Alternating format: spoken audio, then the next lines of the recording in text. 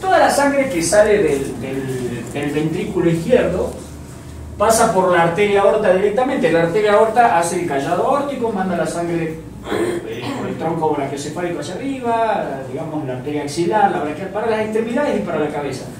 Y la aorta desciende, ¿sí?, en lo que se llama aorta descendente torácica, mientras está en el tórax, abdominal cuando ya pasa al abdomen. Sería la aorta descendente abdominal, larga las ramas directas del riñón, que son las arterias renales. Las arterias renales, una vez que entran por el ilio renal, que dijimos que era la estructura por donde entraban y salían digamos, el sitio por donde entraban y salían las estructuras, toda la sangre con desechos, ya, repasemos, ya se oxigenó el pulmón, ahora tiene que deshacerse de los desechos, ¿sí? Pasa por la arteria renal, inmediatamente se va hacia la corteza. ¿Por qué? ¿Qué había en la corteza? Nefronas, ¿sí?, que son las unidades funcionales del riñón.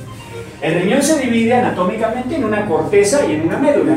Es la corteza la que tiene las nefronas, que ahora vamos a explicar lo que son. Toda esa sangre, ¿sí?, se va a la corteza, y en la corteza tenemos estas estructuras que se llaman nefronas, ¿sí? ¿Qué pasa? La sangre viene por la arteriola aferente, ¿sí?, se centrifugaba por el ovillo capilar y seguía su camino por la arteriola aferente, ¿sí?, hasta comunicarse con la vena, que es la que va a salir por el riñón. La nefrona se compone de dos partes. ¿Cuáles serán? La parte vascular y la parte tubular. ¿Cómo la llamábamos también a la parte vascular? Glomérulo renal, ¿no? Bueno, ¿qué pasaba en el glomérulo? La sangre llegaba, se centrifugaba, ¿y qué pasaba? Empezaba el proceso de la orina, que consta de 4 fases, ¿no? La primera es la filtración. La sangre llega, obviamente tiene que haber presión arterial y suficiente volumen como para que la sangre llegue, ¿sí?, y se empieza a formar orina. Si el paciente no tiene volumen, si está deshidratado, si no tiene presión arterial, no va a producir orina, porque la sangre no llega con suficiente presión como para que se forme orina, ¿sí?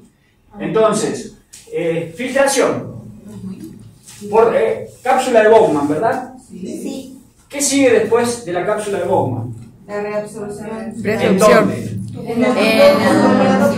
Túbulo contorneado proximal, porque está cerca de la membrana de filtración, y contorneado porque tiene múltiples contornos, ¿ven?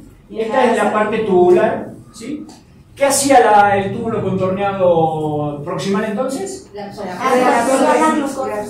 Principalmente glucosa, muy bien. Entonces, porque ¿qué pasaba? Acá se filtraba todo indiscriminadamente, o sea, se filtra todo porque la barrera de filtración glomerular no es selectiva, ¿sí? Tiene poros, los capilares tienen poros y la cápsula de Bowman tiene poros. Se forma la barrera de filtración glomerular, pero esos poros son inespecíficos. O sea, todo lo de tamaño grande no va a pasar a la orina. Por ejemplo, la albúmina, los glóbulos rojos, los glóbulos blancos, ¿sí?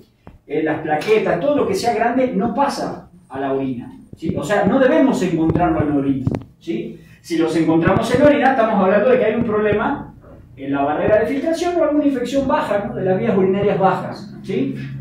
Entonces, todo el filtrado glomerular, el 40 al 60% se vuelve a reabsorber. ¿Qué? Lo que sirve, porque se filtra todo, lo que sirve y lo que no sirve, ¿sí? Entonces la glucosa, el agua y todo lo que se filtró de más se va a reabsorber en el túbulo contorneado proximal, ¿sí? Sigue, ¿sí?, por el, ¿cómo se llama esto? Asa de Henle. La función que tiene el asa de Henle también es reabsorber, pero principalmente agua. Es la parte que concentra la orina, es decir, si mi cuerpo necesita agua, se va a filtrar en todo el plasma, pero el asa de Henle va a reabsorber mucha más, la va a ir dejando concentrada, ¿sí? El agua sigue su camino, digamos, el filtrado glomerular, porque hasta acá no es orina, es filtrado glomerular. Ya se filtró, ya se reabsorbió, ¿qué sigue? La secreción. El túbulo contorneado vital que secreta. ¿Sí? Ya dijimos, todo lo que viene por acá se centrifuga y se filtra, pero lo que no se alcanza a filtrar va envolviendo los túbulos. Esto se llama sistema de vasos rectos o peritubulares, ¿sí? Entonces, a este nivel del túbulo contorneado distal, dijimos que este es el proximal porque está cerca, este es el distal porque está lejos, también es contorneado, ¿ven? Todo lo que pasó por la sangre, que no se logró filtrar por acá adentro, desde la sangre se va a secretar hacia el túbulo. O sea que de una u otra manera lo vamos a eliminar. Si yo tengo exceso de sodio, la sangre va a secretar sodio hacia adentro de la orina. ¿Sí?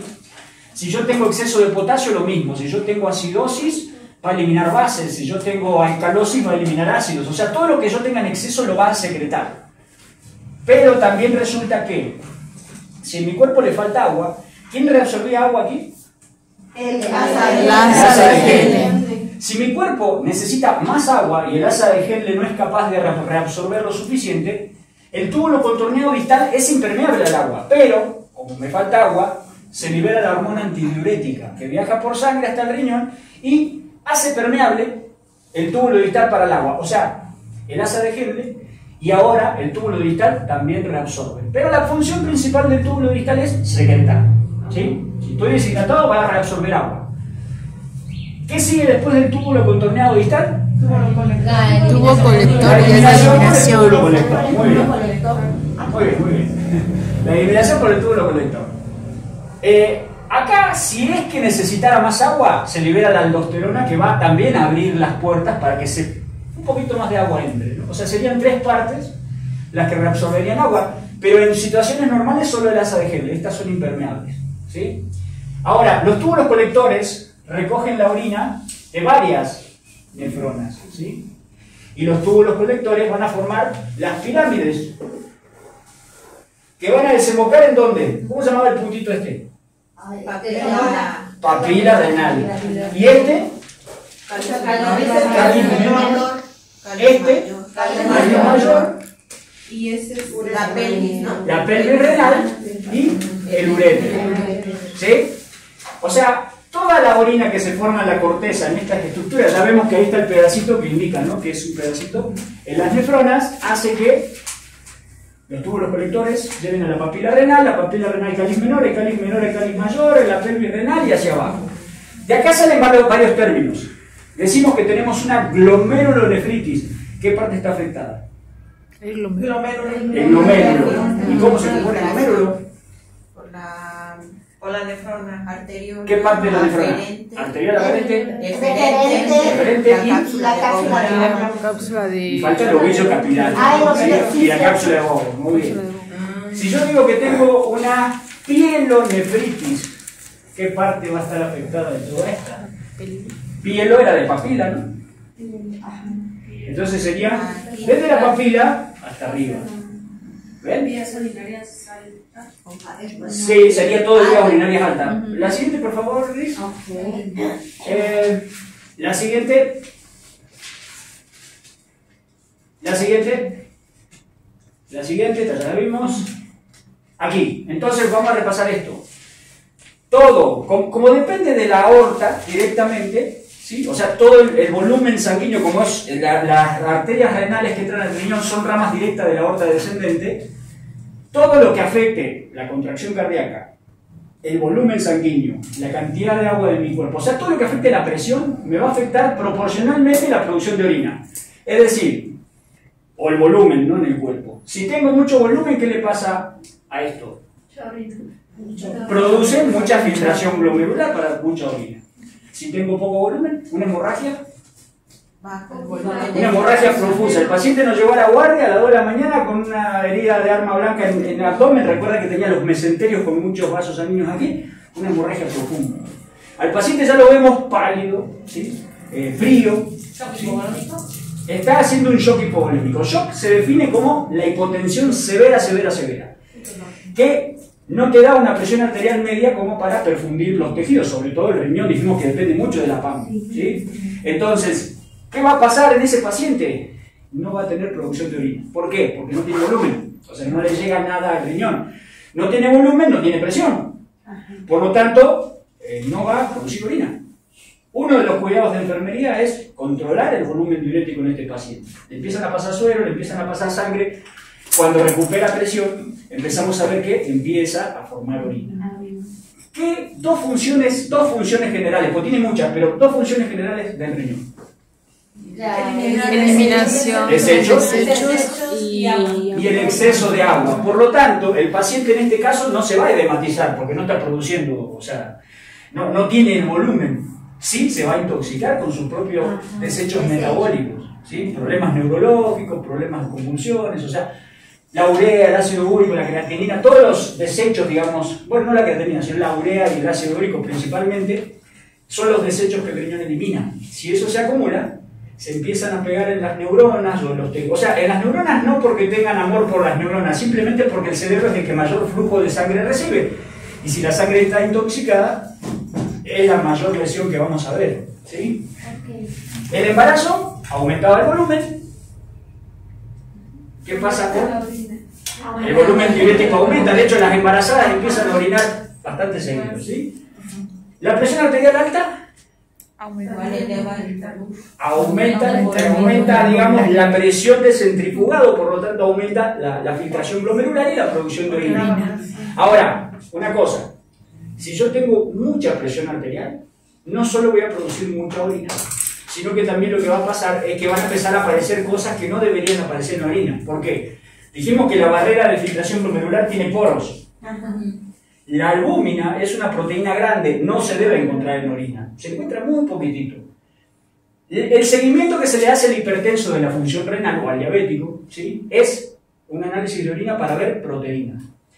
Si empezaron a aparecer proteínas, quiere decir que el riñón empezó a romperse o que la presión es tan alta que hace pasar las proteínas a la fuerza, ¿sí? Son muy grandes para pasar, pero si tengo un exceso de presión, empiezan a aparecer en orina, ¿sí? La deshidratación tiene que ver con el volumen. La hiperglucemia, el agua acarrea, digamos, la glucosa acarrea agua, ¿sí?, desde las células hacia los vasos sanguíneos, por lo tanto aumenta el volumen y aumenta, se deshidrata, ¿sí? ¿Saben cuál es el problema de la diabetes? ¿Dónde se absorbía la glucosa? En el túbulo contorneado. Túbulo contorneado proximal. ¿Y qué les dije yo? ¿Que era un transporte infinito? No, es saturable. ¿Qué quiere decir? Tiene un número de canales que pueden transportar cierta cantidad de glucosa. Ahora, imagínense esto. El paciente tiene el azúcar alta, tiene un montón de azúcar en sangre. ¿Por dónde va a pasar la sangre? Por el riñón. Se filtra toda la glucosa, pero el riñón no la alcanza a reabsorber. Por ende, o sea, absorbe lo que puede, pero es mucho más de lo que está acostumbrado, entonces va a empezar a aparecer en la orina. Ahora, la glucosa se reabsorbe de nuevo a la sangre y el agua sigue de largo. Esa glucosa que va pasando por la sangre te saca más agua.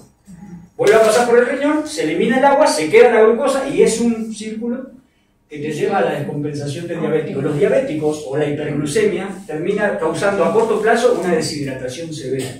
¿Sí? Salud. ¿Qué hacían los AINES, el diclofenaco y el ketorolaco, por ejemplo?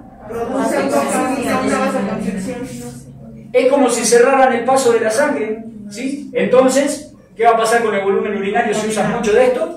Baja. Y no solo eso, ¿qué otra función tenía la sangre aquí?